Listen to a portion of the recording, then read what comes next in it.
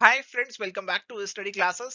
तो प्यारे दोस्तों, UGC NET management December 2023 examination has been finally conducted by NTA.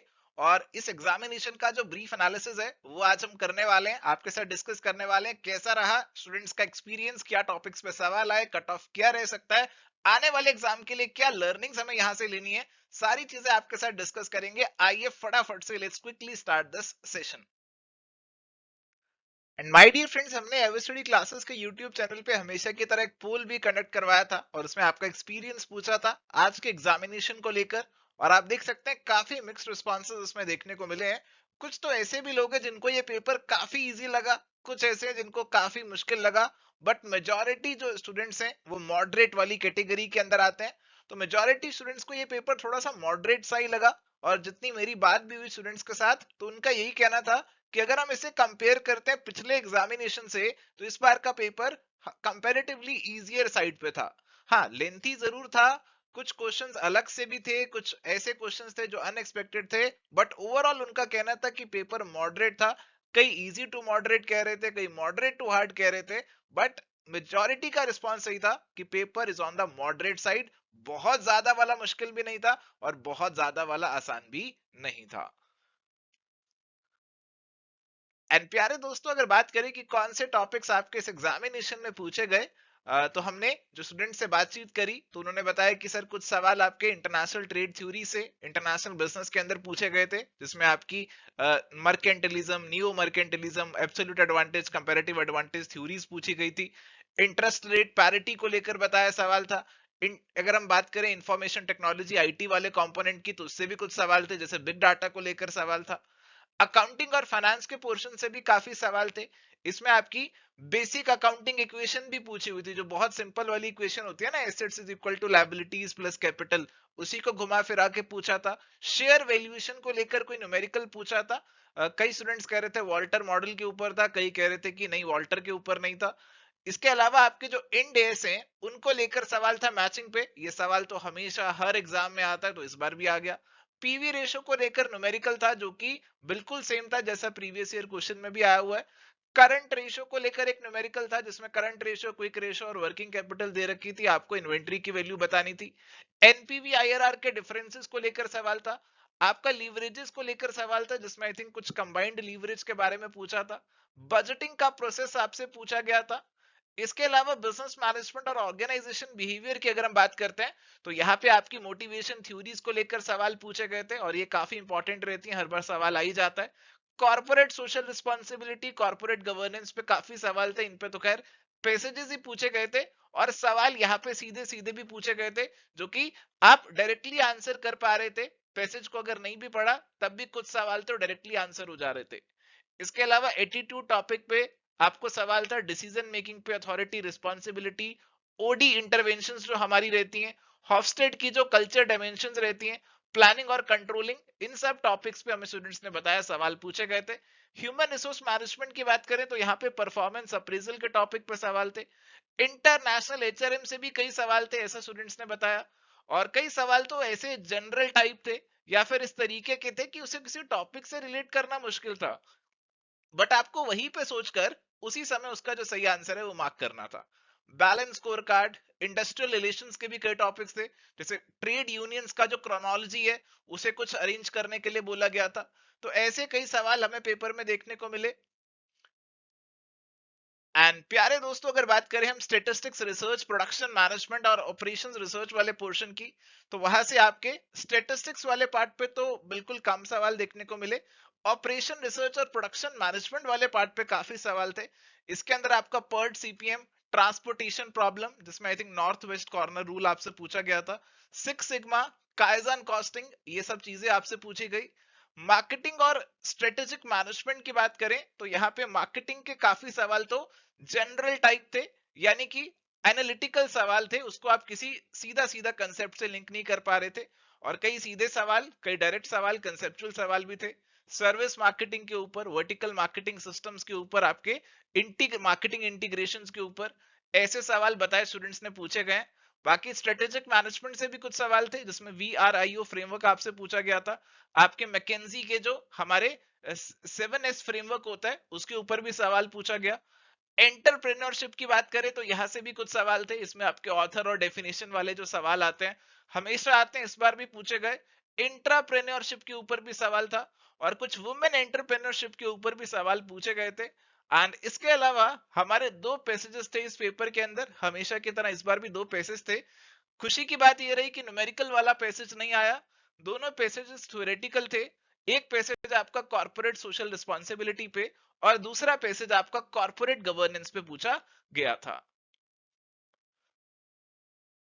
And प्यारे दोस्तों, अगर बात करें टाइप ऑफ क्वेश्चंस आस्क्ड की, तो हमेशा की तरह इस बार भी पेपर में अलग अलग तरीके के सवाल आपको देखने को मिले। कुछ तो सीधे सवाल थे, कुछ घुमा फिरा के पूछे गए सवाल थे। घुमा फिरा के सवाल आजकल ज्यादा पूछे जा रहे हैं, यानी कि आपको सीक्वेंस में अरेंज करने के लिए, ऑर्डर में अरेंज करने के लिए, प्रोसेस के स्टेप्स को बताने के लिए कहा जाता है, और ऐसे सवालों में टाइम बहुत ज्यादा लग जाता है। और ऐसे ही कई सवालों में मल्टीपल स्टेटमेंट्स होती हैं, कईयों में मैच द फॉलोइंग आपको करना होता है, असर्शन रीजनिंग के सवाल होते हैं, कॉम्प्रिहेंशन पैसेजेस आपको देखने को मिलते हैं पेपर 2 के अंदर। तो ये चीजें कहीं ना कहीं टाइम आपका कंज्यूम करती हैं और इसीलिए टाइम मैनेजमेंट थोड़ा सा चैलेंजिंग हो जाता है इन चीजों की वजह से।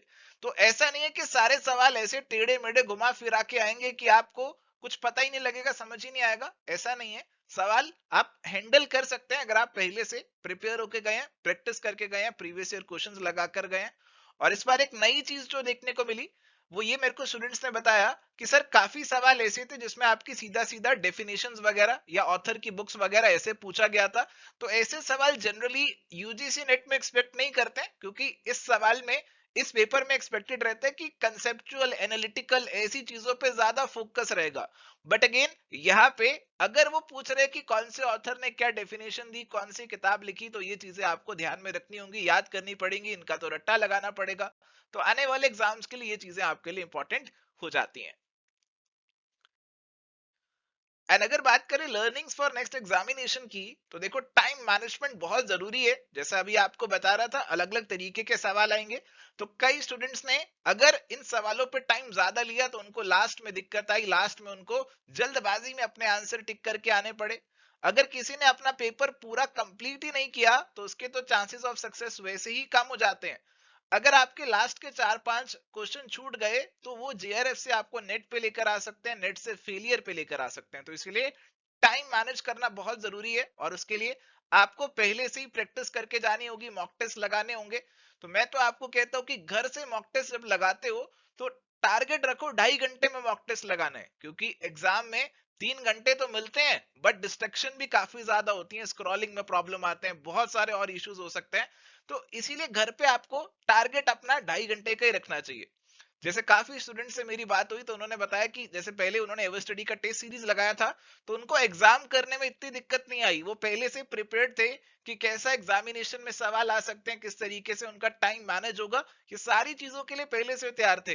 कईयों ने तो इतना तक कहा कि उनको पेपर थोड़ा सा इजियर लगा as compare to test series.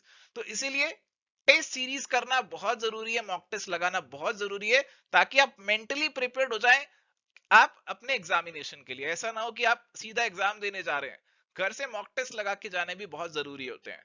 And इसके अलावा एनालिटिकल एबिलिटी जो है वो तो होनी जरूरी है, कंसेप्ट क्लैरिटी हो, एनालिटिकल एबिलिटी हो, क्योंकि वहां पे आपको सवालों में खुद से दिमाग लगाना पड़ता है।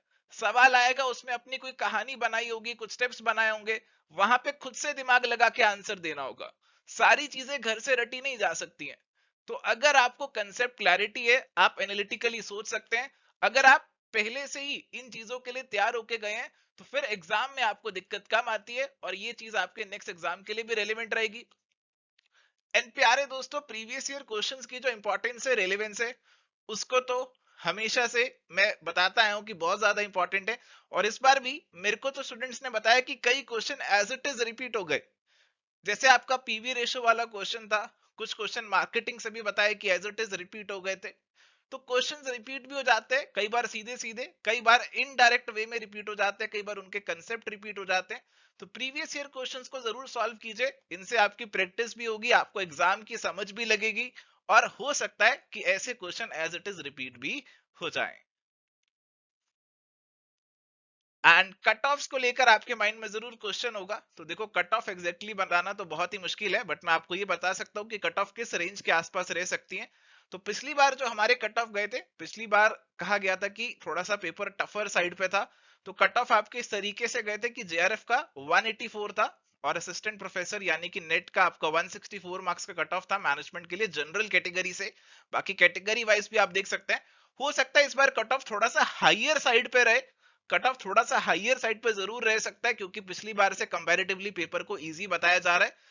तो यहाँ पे आपको कट ऑफ इंक्रीज होते हुए दिख सकते हैं, एग्जैक्टली कट ऑफ क्या रहेंगे ये तो नहीं बता सकते, बट इससे ज्यादा रहने के चांसेस हमें देखने को मिल रहे हैं। एंड माय डियर फ्रेंड्स, अगर आप आने वाले यूजीसी नेट एग्जाम की तैयारी कर रहे हैं तो उसके लिए एवर स्टडी के नए कोर्सेज में भी आप बहुत ही जल्द एनरोल कर सकेंगे। उसकी सारी डिटेल्स आपको हमारे यूट्यूब चैनल पे बहुत ही जल्द मिल जाएगी। तो प्यारे दोस्तों, आज के इस सेशन में इतना ही। I wish you all the very best. I wish कि जो भी आपका गोल था, जो भी आपका ड्रीम था, इस एग्जामिनेशन में आप जरूर अचीव कर लें। Bye, take care, all the best.